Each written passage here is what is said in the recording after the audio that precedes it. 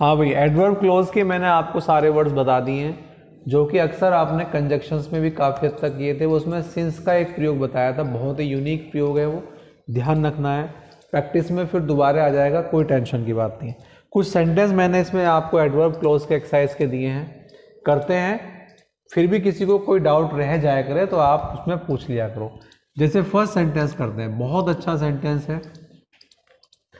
The coffee is hot, I can not drink it. The coffee is hot, coffee गर्म है, मैं इसे नहीं पी सकता। अब वैसे सिंपल बना सकते हैं, भाई मैं नहीं पी सकता क्योंकि कॉफ़ी गर्म है, बिल्कुल सिंपल। तो आई can not drink because coffee is hot, ठीक है।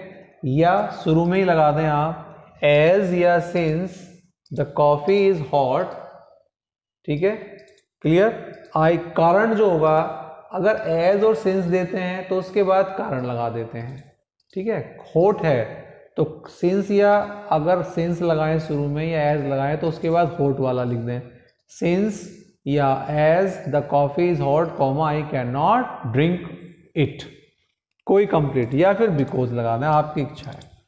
सेकेंड सेंटेंस है she stood there for hours. हाँ भाई, वह वहां पर काफी देर तक खड़ी रही। शी डिड नॉट स्पीक, ठीक, वह नहीं बोली, ठीक। खड़ी रही, she stood there for hours, लेकिन फिर भी वो वहां पर, तो इसको यद्यपि वह वहां पर बहुत देर तक खड़ी रही, यद्यपि। तो आपको ध्यान होगा ऑल्दो या though, she stood there for hours, कई घंटे तक खड़ी रही। यट, ठीक, yet she did not speak, फिर भी वो नहीं बोली। तो इसमें अच्छा सा प्रयोग यही है। ये आपका सेकंड था, ये सेकंड में आपको बोल दो यद्यपि वो वहां पर बहुत देर तक रुका लेकिन फिर भी उसने कुछ नहीं कहा, इस तरीके से बनता है सेंटेंस। हाँ भाई, थर्ड सेंटेंस करते हैं। थर्ड, रन फास्ट, तेज दौड़ो, we will miss the train. तेज दौड़ो, हम ट्रेन मिस कर देंगे। तो अब हम किस तरीके से बनाएं?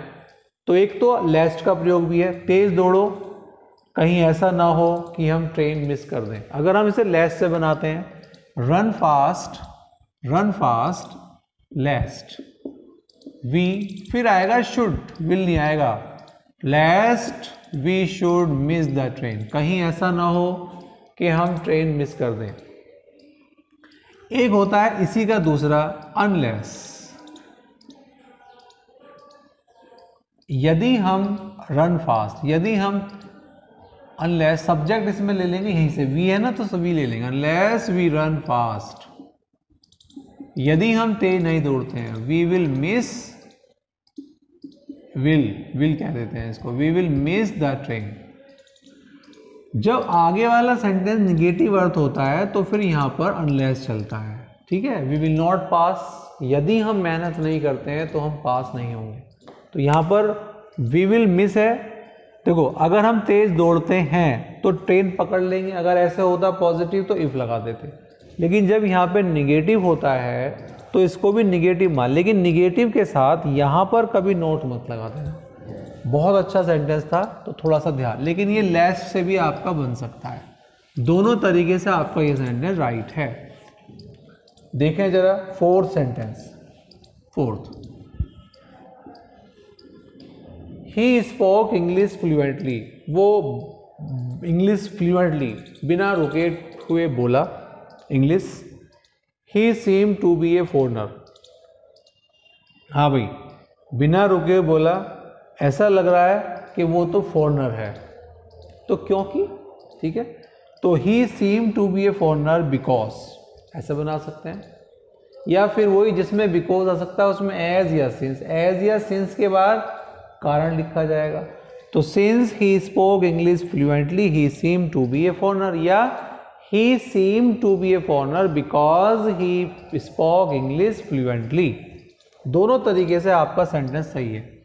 फिफ्थ सेंटेंस करते हैं। Fifth, the school was over, school समाप्त हो गया था, बंद हो गया था। School was over, boys became glad, तो स्कूल ख़त्म हो गया। फिर वही बात है, लड़के खुश हो गए क्योंकि the boys became glad because the school was over. तो बिकॉज के बाद कारण या फिर लगा दो as the school was over, since the school was over comma the boys became glad, खुश होना। 6 sentence. You are going out in the rain, आप बारिश में बाहर जा रहे हैं। यू विल गेट वेट, आप भीग जाएंगे। तो यदि आप बारिश में बाहर जा रहे हैं, कंडीशन है, तो इफ वाला सेंटेंस है, प्रेजेंट में बनना है, ऐसे उतार दो। If you are going out in the rain comma you will get wet. 7th sentence, 7th करते हैं।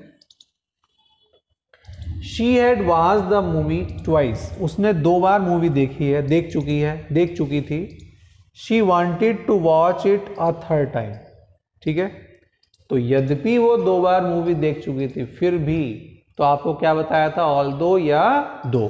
तो although she had watch the movie twice yet she wanted to watch it a 3rd time.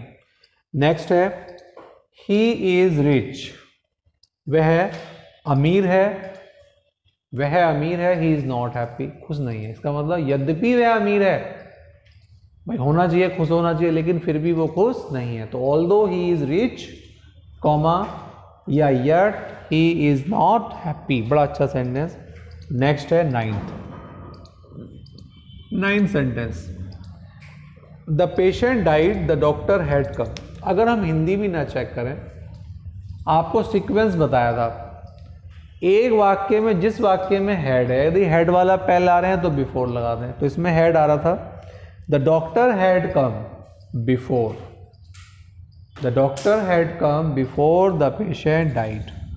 Had वाला, अगर हम after लगाएं तो पहले past वाला लगा दो, मतलब हैड वाला बाद में लगा दो। तो अगर हम द पेशेंट डाइड आफ्टर लगाएं तो भी सही है, the doctor had come before लगाएं तो भी सही है, दोनों ही बातें सही हैं। 10th सेंटेंस, 10th वाला सेंटेंस चेक करेंगे। 10th, he hear the news, उसने खबर सुनी, उसने मुझे इन्फॉर्म किया। तो जैसे ही उसे खबर मिली या उस खबर सुनी, तो as soon as he hear the news comma, as soon as का मतलब होता है जैसे ही टीचर क्लास में आए, बच्चे खड़े हो गए, तो दोनों कार्य एक साथ चलते हैं, ठीक है। तो यहाँ पर एज सून एज ज़्यादा सही है। नेक्स्ट आएंगे, I reach the station the train had not come. हाँ भाई, जब हम से बना दें, जब हम स्टेशन पहुँचे ट्रेन नहीं पहुँची थी, नहीं आई थी, क्लियर। और फिर वही वाली बात है, आपकी इच्छा है बिफोर से बनाएं तो पहले वाला हेड लिया है, the train had not come before I reach the station. दोनों तरीके से, ये वैन से भी सही है, हेड वाले से भी सही है, और आफ्टर वाले से भी सही है।